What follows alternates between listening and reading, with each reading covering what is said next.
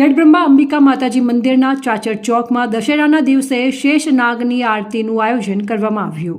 નવરાત્રિ મહોત્સવમાં ખેલૈયાઓ મન મૂકીને ઝૂમી ઉઠ્યા। રંગતાળી રંગતાળી રંગતાળી રે રંગમાં રંગતાળી, હે રંગરસિયા ક્યાં રમી આવ્યા રાસ જો, પંખીડાઓ પંખીડા તુડી જાજે પાવાગઢ રે।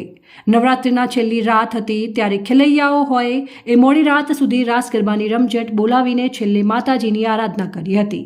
જેવા ગરબા ગવાતા હોય અને ખેલૈયાઓ મન મૂકીને ગરબા રમતા હોય, હવે નવરાત્રિનો ઉત્સાહ ચરમસીમાએ પહોંચવાની અણી પર આવી ચૂક્યો છે। ત્યારે ખેડબ્રહ્મામાં માનો માંડવાનો ગરબો ચોકમાં ખેલૈયાઓના અવિરત ધસારાને કારણે હક ડેઠળ માનવ મેદની વચ્ચે મોડી રાત સુધી ખેલૈયાઓ સંગીતના તાલે રાસ ગરબા ચાલે છે।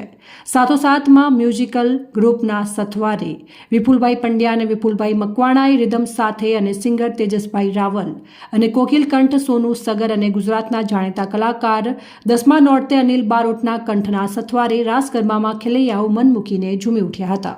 રિપોર્ટર ચંદ્રશેખર ભાવસાર, ખેડબ્રહ્મા।